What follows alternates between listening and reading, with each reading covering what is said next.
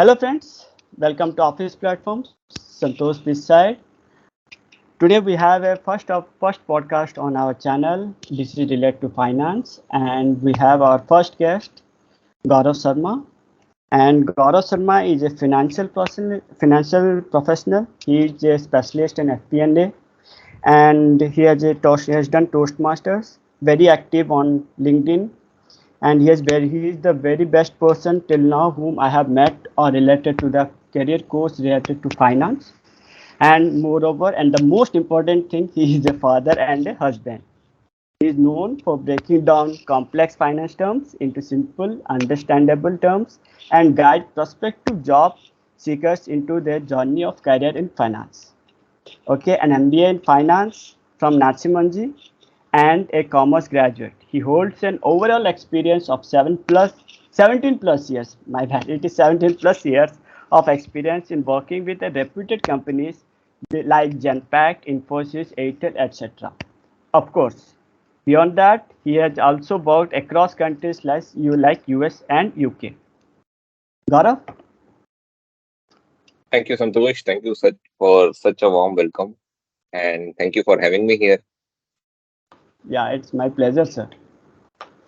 So, sir, before we start, okay, if I say when we say about the career in finance, so can you just so when let us start with the real icebreaker, and my first question will be, what do we mean by the term finance, and how can a person look for a career in finance? Well, finance is, I would say, it is something uh, without which we cannot imagine today's world.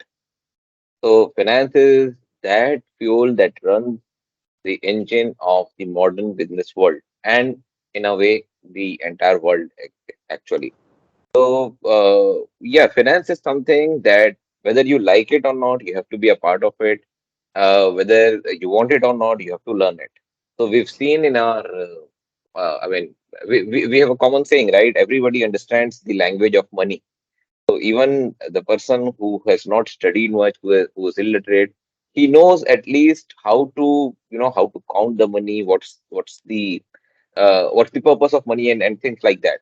So that essentially, in its basic term, is finance. And then the more you learn it, the more you explore it, the more interesting it gets.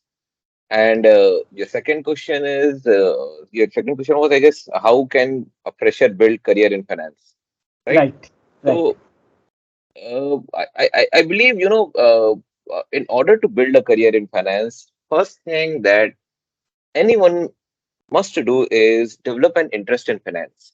Explore finance. What does it look like? And you don't really need to be you need to study that much, but you can start from your home. That's the best thing about finance. You don't really need a dedicated, unlike science, you don't need a dedicated lab to conduct the experiments. right. Finance experiments happen right in Right front of from the you every childhood, day. right from the childhood, we say, Exactly. right? And the finance term start with mathematics, right? When we speak with our Absolutely. kids, when we see our kids studying, the basic story some starts with finance only. Everything, right? Absolutely. That's a good thing you mentioned, Santosh. So even in our books, when we study math, we somehow we get introduced and connected to finance because the questions about interest calculation and all those other typical mathematical calculation that in a way is a part of finance or vice versa, though the finance can be a part of that. So that is an introduction to finance. And also at times, we manage our own personal finance first, our household finance, and that is our introduction to finance. So we start with that, and if we feel we have an interest towards it, then we take the academic choices and start building a career towards finance. Wow. So with that, Gaurav, becomes that will be my next question is, what skills should a candidate possess for a successful finance career?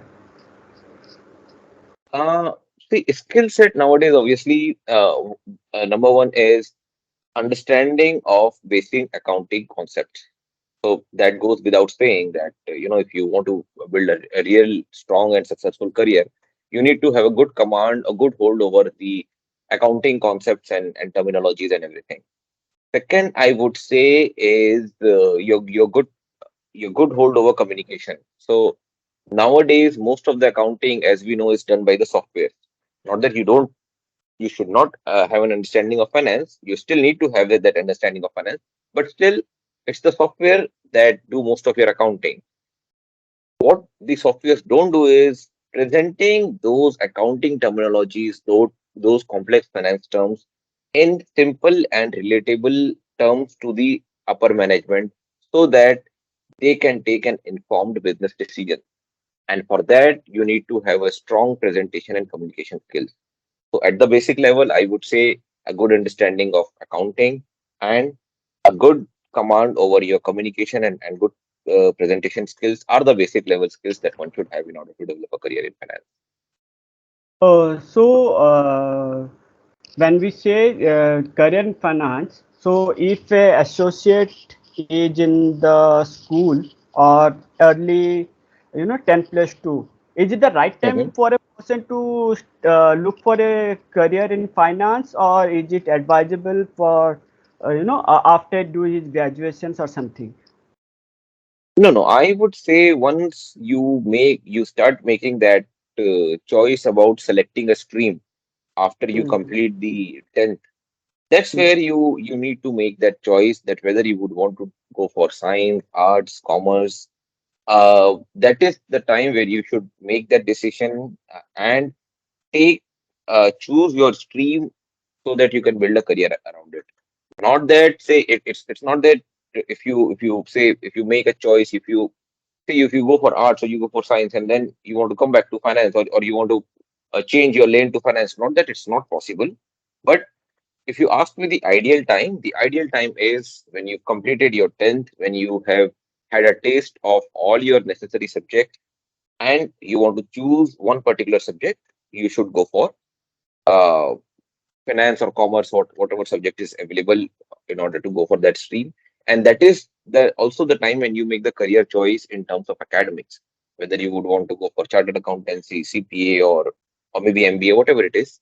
One thing also that I would want to want to highlight here is never underestimate the importance of mathematics, because that is sort of a crux that helps you even in finance when you grow up the ladder.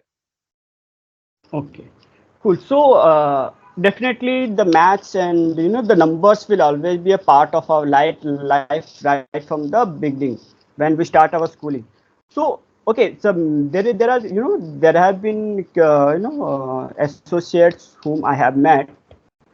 Okay, and when they say now, we are not very much sure if we are meant for the finance team or not. So how are you going to address that?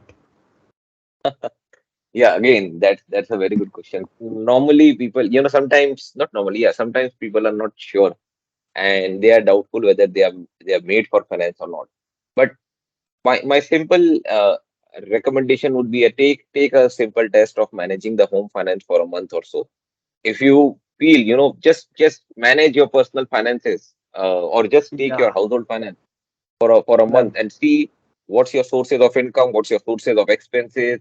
See if you like doing that calculation that okay, this is the expense head where we are paying the most, we're spending the most. If we reduce that spend, our saving would be higher and all those things, right? So and Mm. what if we instead of buying we rent? Take all those small decisions, at least if not take, but at least have a say in it. Start having that those judgment calls and see whether you like it or not. If you like doing those things, I'm sure you are built for finance. Finance is built for you. If not, maybe go for some other stream. Right, definitely. So with this, it comes to my next question. So what academics are essentials, for aspiring financial professionals? So suppose if a associate, if a person who has just completed his 10th, okay, Mhm. and he's looking for a career in finance. So what are the academics that are open for him, or the windows that are open for him, and what is the that timeline that he can they think of that if this is the timeline within which if I can complete those academics, then this is fine. And Mhm. and then that is something like we call it a backup plan. What if? Exactly. Yeah. Yeah. No, no, that's a very good point you made, Santosh. So, see, what happens is, first let's talk about degrees. What degree should you pursue? What degree should you Right. go for? Obviously, graduation is sort of a compulsion here. So, I'm not mentioning the obvious here. So, Mm, compulsory graduation is something you ought to do. But apart from graduation, when it comes to specialization, see, few days, I'm sorry, but few years back, we only had chartered accountancy as a specialization for commerce or for finance. Uh, right, right, right, right. nowadays, yeah, but nowadays we have many more choices available. In fact, they keep on increasing with time. Maybe as we are speaking, we have some other new degree, new course available that you and I may not be aware of. So we, apart from chartered accountancy, we certainly have CMA, which is uh, uh, Management, you know cost and management account. yeah, cost and management accounting. That then we have CPA, and then we have similarly CMA India, and then we have CMA US also. We also have those UK degrees, those ACCA and CIMA. So we have a plethora of options available, depending on whether you want to go for technical finance accounting or management accounting, or if you want to if you have an interest in more of a legal thing, then go for chartered company secretary, etc. So these are the options that one have nowadays. And if you don't want to go for any such specialization, you always have MBA at your doorstep. So that is again a good choice. You do a regular MBA. My advice would be go for a regular MBA from good college, and that is also that gives you an opportunity for an overall professional development. So with these choices, then comes the other and the most important part of your question: what timeline should one opt for? Should one target? Uh, while this would be a scenario or situational based answer, so timeline could be different from different individual. I mean, I can give you a timeline of say 3 years after you complete graduation, but certainly you won't follow that. So because see, you're very near to completing to achieving your degree or whatever course it is, and but you cross that 3 year mark. So you don't mind going for one more year because you are very close in achieving Right, that right, degree. right. It's almost So there. exactly. So, in that, mostly in that case, it is situational. The answer is situational. But let's say you completed your 12th, then you go for graduation, which is 3 years, and then you go for specialization. Let's say in this case, this is MBA, which is 2 years. So after graduation, you have 2 years, and then you may take one more year.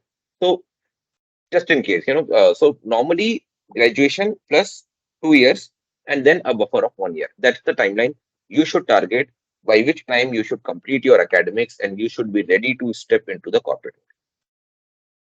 Okay, great. So, you have been into the interview section for a very long time, and I have been seeing, I have been following you on the LinkedIn, and I can see you the interview questions that you have been presenting on your posts and everything. So, Yeah, my yeah. next question is, how has the job hunting changed over the last couple of years or maybe a decade? So if you say I joined in 2000, I started my the professional career in 2007. Okay, at that point of time, the questions were different. Right now, after 15 years down the line, the questions are different. So can you just share your experience? How has the job hunting changed? How the associate who appear to the interviews, how have they been preparing? Can you just share some insights? Sure, sure. So you asked how has the job hunting been changed from last 5 years or 10 years or probably more than a decade or so. But I would classify this period as a pre-COVID and post-COVID period.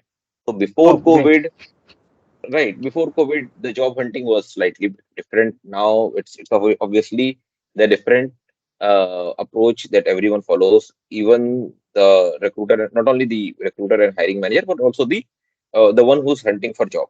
So let's define how was the job hunting pre-COVID era.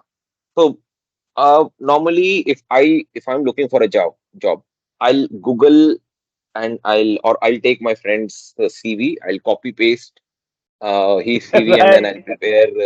Right. That's how Exactly. everyone Right, of right. us do. Right. We will just copy paste and then prepare Right. our CV. We'll Okay, my CV keep is the ready. same format and we'll change the data inside it. Absolutely, absolutely. You have the same template, same format, and most of the time the statements are also the same, because even we feel who goes through this, and why do we need to write so much in detail, but still we write whatever the best we can, and then we contact our 10 of our friends.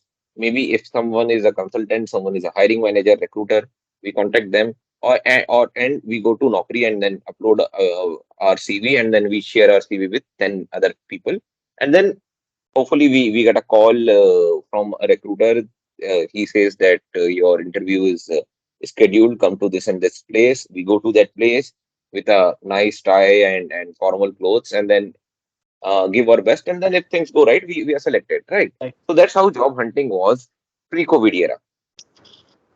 Now after COVID, the manner in which job hunting or the manner in which recruitment takes place has changed, at least slightly. I mean, and to a great extent, if not slightly.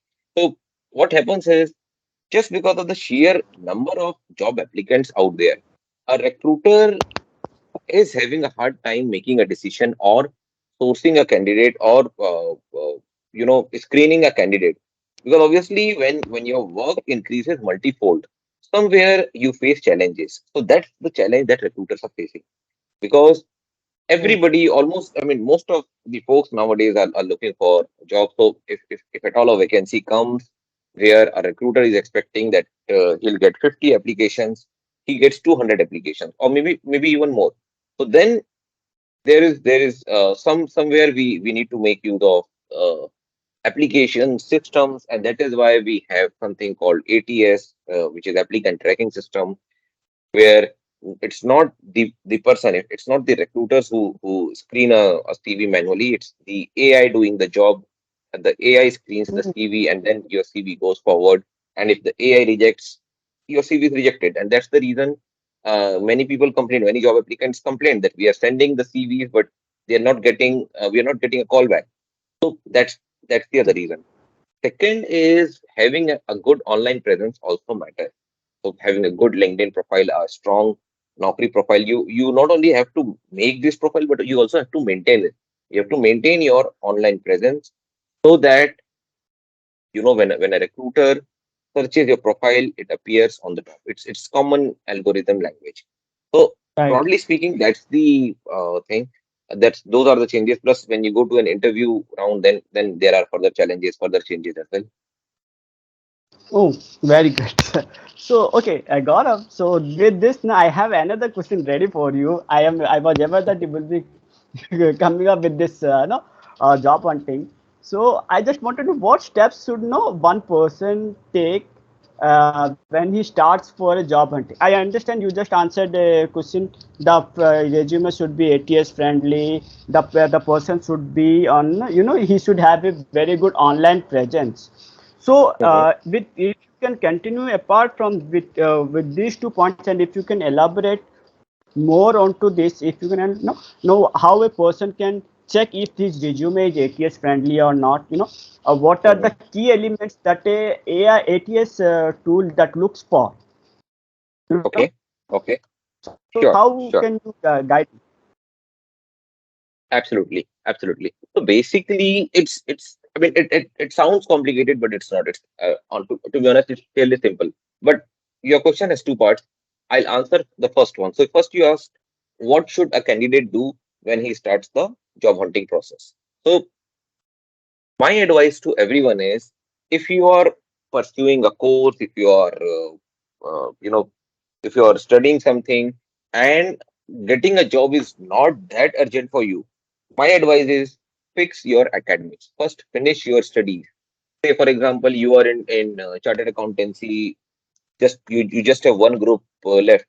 So my advice is, don't go for job. First complete your studies, uh, get your degree, and then go for job hunting.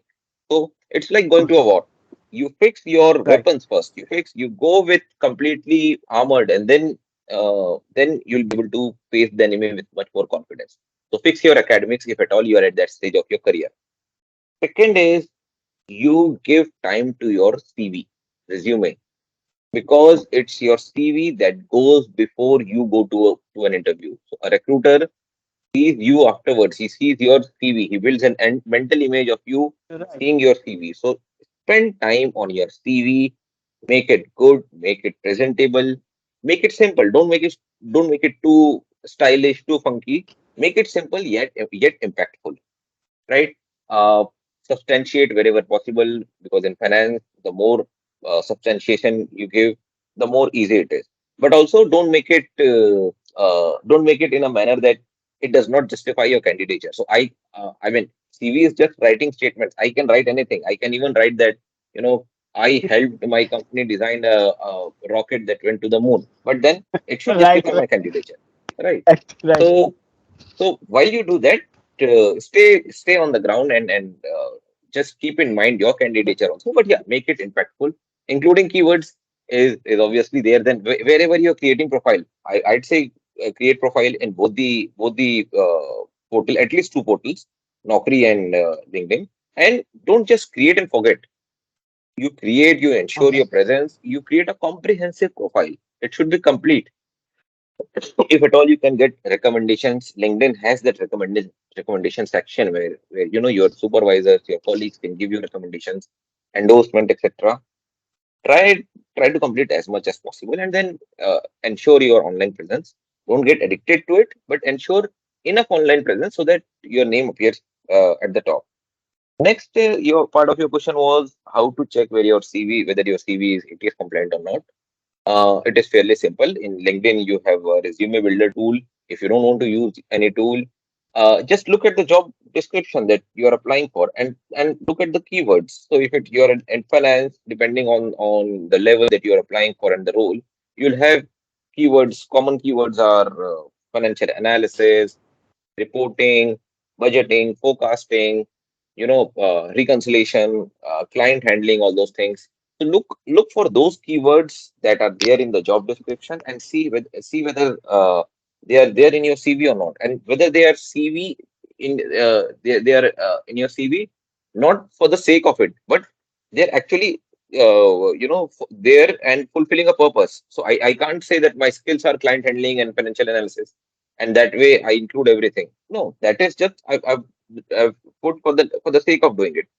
In my work experience, it should come across as if I I'm capable and I have an experience of doing the work that the job description is asking me to do. In short, Right. that's the only trick to find whether your CV is ATS compliant or not. So, okay. So I have my next question with this. So, if let's start into deeper into the career paths and interviews in finance. So my question is, what are the different options available for someone thinking of building a career in finance? Though you say that, but if we can go deeper into it, like one if a person has done MBA, if a person has done chartered accountancy, if a person has done company secretary, okay, or Mhm. an MBA. So, what type of roles that a person can expect, in an organization, and how can he see himself growing into the pyramid of the organization structure? Again, that's a very good question, Santosh. And I remember because today morning I was having discussion with one of the candidates, and this is the most common challenge or request that I get nowadays, that people have spent good amount of time, say 3 years, 5 years, even 6, 8 years in a particular field of finance, and now they want to move, but they're not getting the opportunity because they've built their experience in a particular field, and the company is not hiring them because their experience is not relevant. So first, what are the common fields we have within the realm of finance? We have audit, uh, that the audit can be statutory audit, or you can have, I don't know, the audit like the SOX compliance, etc. Then if you have an interest in taxation, we have a specific taxation fields available. So you can go to taxation, develop your expertise there, build a career in taxation. We have banking. Uh, Number of options are available in banking. Many companies, banking sector did took a hit when we had this recession back in, I guess, 2007, when a number of banks failed, because whenever there's a recession, it's the bank that get impacted the most. So that way it is a Right. little fragile, but right. But otherwise, banking, thrives a lot. Then obviously you can go for fintech if you are into IT, or if you have an experience in IT also plus finance. If you like implementing new tools, then you can go for fintech, which is finance plus tech.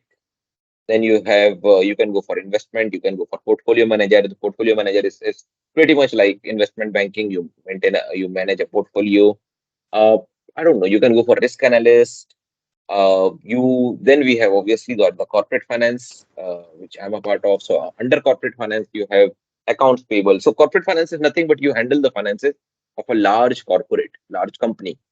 So under that, you have again further separate fields. You have accounts payable, accounts receivable, record to report, and then financial planning and analysis, and all those things.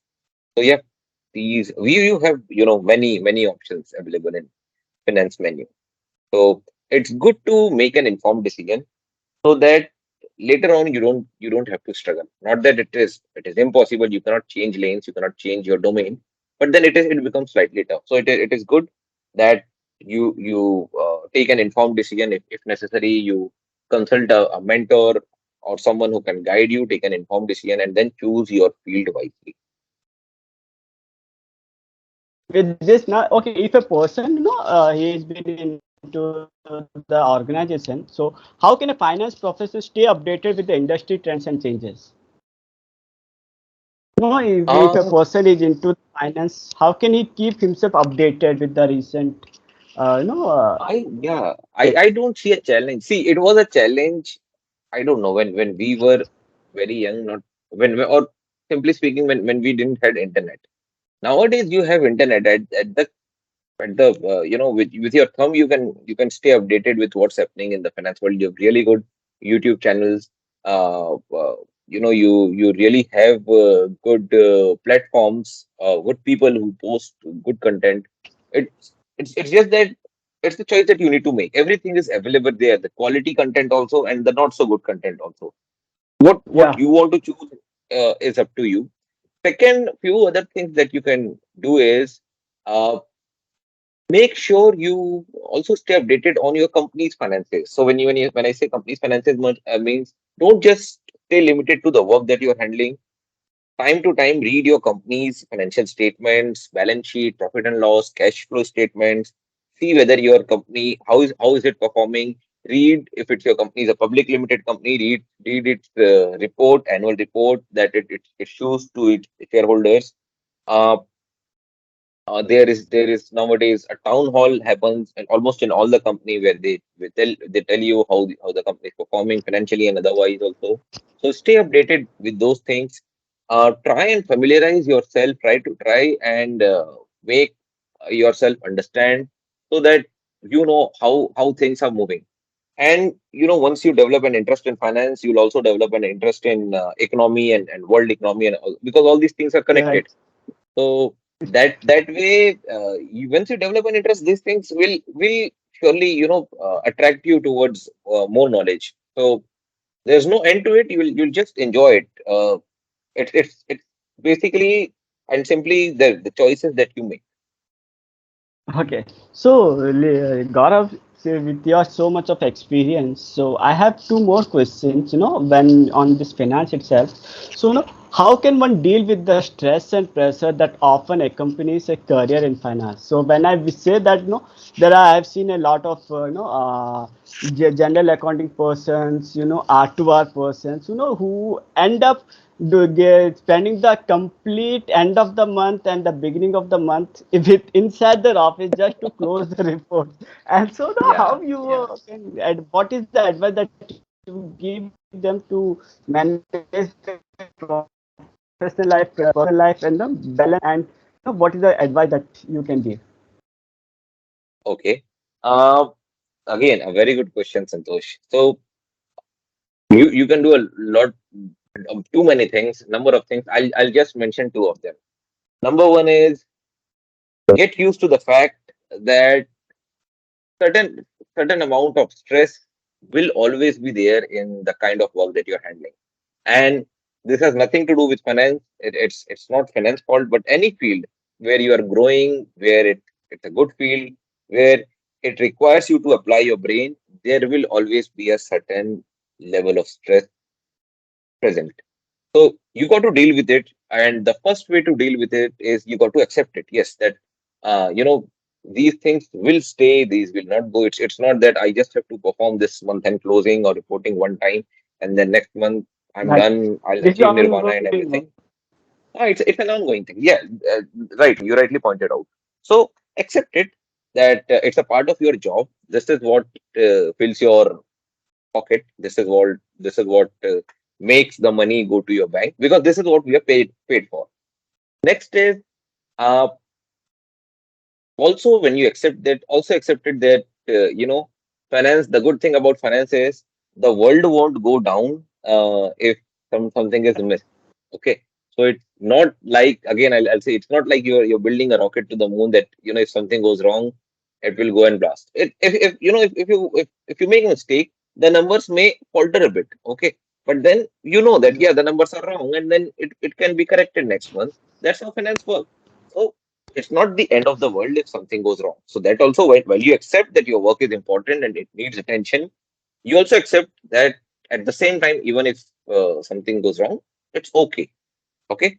Second, uh, last is find a hobby, find something that interests you, find something that entertains you, and that really interests you. I'm not for the sake of it. So just because I'm saying go read books, don't go and start reading books, because then again that will cause you more stress if you don't like reading books, right? Right. So find something that you actually enjoy doing, and it can be as simple as spending time with your kids, with your family, or going for a walk, or doing anything that you like. Okay, and because once you actually you really enjoy doing something, you will find time to do that thing. Even if you work like 10 hours a day, you don't mind doing that thing for half an hour, and then Right. finishing your day. And so then you have something at the end of the day to look up to look for, and that's the way you deal with stress. So that's Okay. my way, I, guys. I have And another. but things can be different for different individuals. That's certainly my way. Yeah. Okay, I have another question on that also. Okay, Okay. so what are some common misconceptions or myths about finance careers that you would like to dispel? I know this uh, was my continuous question on that. huh. I think certain myth is that there is a lot of number crunching involved. Yeah, I mean it's not completely a myth, but people feel that uh, throughout the day it's only the numbers that we have to deal with. Once you step into the corporate world, you'll realize that it's not merely, or it's less of a number, more of a operations handling. So you need to understand the system, you need to understand the process, you need to understand the operations. That is Right, also, the understanding of that is equally important than understanding of finance. So I mean, for initial few years you may feel, okay, I'm not even doing finance. It doesn't look like I'm doing finance, because you're learning a separate new concept. But then once you're used to it, you know that behind all these processes, operations, handling, and everything, there is a finance process that is holding it up. So one misconception is that it's only very technical and very number oriented. No, it's not. Nowadays, it's mostly process and operations and stakeholder management. Like I said, now stakeholder management is another important part of it. As you grow up the ladder in finance world, you have a lot of people. You may have your team, you may have your supervisor, you may have your businesses, your client, a lot of people to handle that. So an understanding of people helps a lot. A polite approach, a smile on your face, a calm demeanor also helps a lot. So it's basically, at the end of the day, it is people management, stakeholder management, relationship building that helps a lot. So that plays a big part in finance. So finance is not technically all finance. Finance is many times other things other than finance as well. So that's the common misconception that people have, that It's only about numbers. Okay, so on this, Gaurav, my question next will be how important are ethical considerations in the finance industry, and what steps can a professional take to uphold that ethical standards? Very good question. I mean, I don't think anybody has asked this important question because this is kind of a life changer, and it does impact a big, it does leave a big impression on you. And I've had such experience. I've seen people making compromise on their ethics and then paying the price for it. So this is certainly one of the most important aspect. Now, it is very important to maintain your ethics, maintain your moral values when you're dealing with finance, because a mistake is okay, but Hmm. a deliberate wrong action is never okay. That is ought to attract punishment, and that is ought to spoil your image, which is more severe than any punishment or any loss that you may incur. Okay, so I mean, you commit a mistake, it's okay to have a heart, to have courage and say that I made a mistake rather than trying to conceal it and then reporting the wrong numbers and all those things. Right. Especially, when you know that these things can have a bigger impact. So again, going back to what you do, you need to have a good understanding of what you're doing and how impactful is your work. So if your work is not very impactful, it is okay. Okay. But still, I would advise not to go against your ethic, but still, that is fine. But as you grow up the ladder, whatever you work, whatever you report, your word is your word. And your word is important. So you have to hold stronger values, uh, and not compromise on your ethics. And at the same time, if you feel somebody else is compromising and forcing you to do it, that is the time for you to step up, to show your courage and not worry about how will the things turn out to be. Because at the end of the day, in the long run, what stays is what is right. That stays. Wrong eventually is, wrong eventually perishes. So you have to do what's the right thing. Okay, so moving on from that, career and that deep discussions, let us, try something understanding with the latest impact. Recently, during the post-COVID, after the post-COVID, the AIs have come up a long way. Of course, ATS was always there with us, for Mhm. pre-COVID also, but it was not that recognizable. But post-COVID, with the name, the Chat GPT, like things come up, you know, people have the fear of losing their jobs. It was something like when computers came in and people were, afraid of that we will lose our Right, jobs. So right, how right. do you think how will the development of AI impact the career in finance, and not just in finance, but over the long period Overall. of run? What is your take?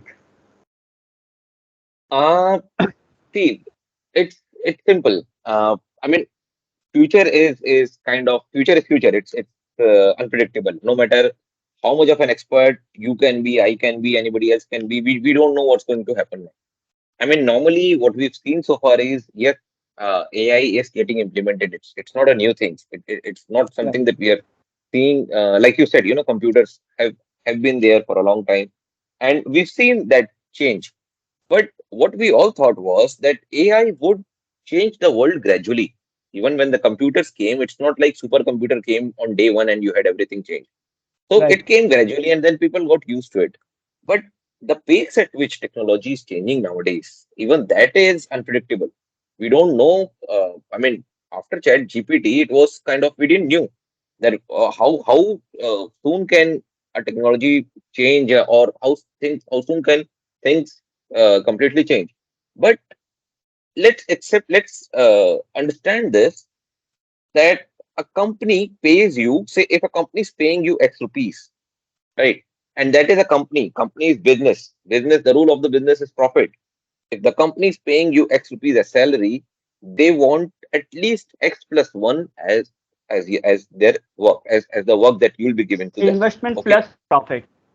Yes. Right. So not even X. If the company is paying you 100, and you're giving them the work of 100, you are at no profit, no loss, my friend. So that is again, if the company gets X minus one resource, they'll hire you and they may say tata bye bye to you tomorrow. Right. So when it comes to job security, job stability, be always prepared. It doesn't matter whether you are in that company for 7 years, 8 years, 10 years, 20 years. That I'm sorry. I mean, if you are in a company for 10 years, you feel that this company will never do wrong with me. Tomorrow your boss changes, a new boss comes, and then he starts making the aggressive decision, right? So always, whenever you are seeing your position, whenever you're testing your position, test with this thought in mind that whether I'm justifying the salary that whether I'm serving more than what they are paying me or not. If I'm not, if I'm just here, if I'm just expecting a job stability just because I'm good with everyone, just because I've spent good amount of time in this organization, I think I'm fooling myself. No, that's not how the world works. That's not how the things work. It's simple commerce. Companies will only pay you when you are giving more work, and it doesn't have to be normally. I mean, companies make excuses of recession and all those things. Yes, at times there are valid reasons also. At times there are good employees also that lose their jobs. So if that's the case, nobody can help it. But most of the time, you have to make sure that you stay updated with what's happening around the world. You are always on your feet when it comes to job. It's no longer a government job security, and AI will take its course. You really can't help it. But at the same time, what your work is, and whether that can be automated or not. I'll just take a few more minutes to narrate an incident. Yes, sure. This Please, please. happened Yeah, this happened like 17 years back when I joined 2006. Yeah, when I joined Genpact. So there was a process. Uh, there was a process in which they were like 12 odd folks, or I don't know how many folks. And what their job was that they would get a PDF copy, okay, and they would just put it in Excel. So whatever is written in the PDF, they will put it in Excel and then move things forward, because I think at that time we didn't have a PDF writer or which can Yeah. or automated solution which can bring that data. And when I heard about that process at that time, 17, 16, 17 years back, I thought, yeah, how vulnerable their process is. The moment we have a system in place, those 10, 12 folks would lose their jobs. So if I can think, being an outsider, can't those people think? Can't those people have an idea Yeah. that tomorrow we will lose our Definitely. job? So is it good that we shouldn't we upgrade ourselves, acquire new skills? So sometimes you have a fair idea that whether your job can be automated or not, and accordingly you have to upgrade yourself. You have to make yourself market ready, so that if at all the situation comes, you are ready to face it, and it does not come as a surprise to you. Yeah, So with yeah, this, Gaurav, on this AI tool, so if a person, just if a person is into already into the corporate world, so what are the different, financial tools that he should be aware of, including the new courses that have been coming up into the market? Just like if we can see there are different tools for profession in terms of, and speaking in terms of finance, there is mhm, tableau, there is power bi, there is excel. Recently excel has got integrated with python. So how do you think that the person should be technically aware of these things, like even our tool, even the sql are also getting implemented into the basic applications that we work with. absolutely, absolutely. So I mean, basic is MS Excel. So that is something you should have a good hold of. If in today's world you're coming to me and saying, I know the basic Excel functions, sorry, by this amount of experience, by X years of experience, you should have good command over MS Excel. Okay. Simply because nowadays you have very good tools available everywhere, especially YouTube. Like I see your channel, your channel does post Oh, really good thank content you. about MS Excel. Yeah, I mean I've seen it. So with sources like this, one should not have an excuse that I don't know Excel. So one is MS Excel. Then, like you said, SQL. is it can be other SAP is again a very good tool. Knowledge of Oracle, Power BI. These things, while the things are continuously evolving, certain things at the basic level they remain the same. So things like Right, right. Power BI and the Oracle, etc. These things remain the same. So it's good to have an understanding of it. You certainly cannot have all of it. I mean, at the start of my career, I cannot have that. I know SAP also. I know Oracle also and everything. No, pick few things basis your choice, basis whatever is the need in the market. Pick few tools and develop an expertise in those things. So coming to my favorite topic, so in the finance terminology, when I Excel, so what are the different functions or the formulas that a finance person uses in his day-to-day life? Of course, basis your from the names that you will set, I will definitely create few videos on those also with examples. So if you can highlight few functions or formulas, and even it include anything else that you can suggest. Uh, I don't know, but see, nowadays, especially in the FP&A domain, financial modeling is the thing in demand because there's a whole lot Right. of simulation projections going on. So and when you prepare a financial model, you really have to be alert. A financial model is not as easy as it looks. A lot of consolidation, compilation, calculation, projection. There, it's all involved. So like I said, in terms of referencing, you should have an idea of referencing, consolidation. Uh, again, picking up, I'm just thinking how to articulate it, but functions like sum ifs, V lookup, X lookup, index match. Then you have those finance related functions that could be the how to calculate the net present value, IRR.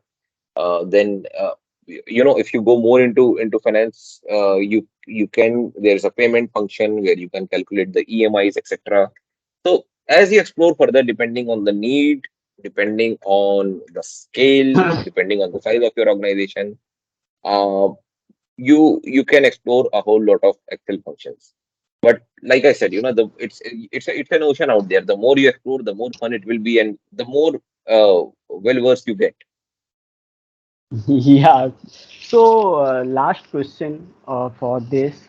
So, I don't know if this is very much relevant or So, if suppose if a person who has completed pretty much time in a single organization. Okay. So, what is that piece of advice that you will give to that person? So if he is in a dilemma that he should stay, if he should move out. We all have done we have spent a long term in the organizations. What is the piece of advice that you will give? Again, that's a very good question. See, uh, let's it's all about you have those two pills. So red pill and blue pill like we saw in the Matrix movie. So this is your comfort, mental peace. This is your Right. money. Okay, which one would you want to go for? But again, whenever whatever pill you take, you still need to make a balance. Okay, so a lot Right. of people I see nowadays they switch job every 6 months, 8 months because they think, oh, money is important for me. No, no, that's not how the world works. It may be important for you, but it is in order to balance that, you need to have a hiring manager who can show trust on you. And once you're changing job after every 8 months or even 12 months, people may start losing trust on you. So while you can do that for a short while, you still have to land on a good company and spend time there. So that is one. But yeah, whenever you change job, you'll get good raise. But in a new environment, you have to go there with a complete mental preparation that you'll get a new boss, you'll get new colleagues, you'll get new systems, new operations, everything new. So there will be challenge for initial 3 to 6 months. You'll have to handle, you have to prove yourself. You have to familiarize yourself, and it is not limited to work, but everything, right? From new colleagues to new supervisor to new clients and everything. So that will be, like we said, stress. That will cause stress for a limited period of time. But if you are there with a positive mindset, with completely prepared, you'll still enjoy this stress, right? If you want to avoid this stress, stay in the company. Okay, there's nothing wrong in staying in one company. We've had our parents stayed in one company for a long time. I know so many people who stayed in one company for a long time, and we really can't judge them.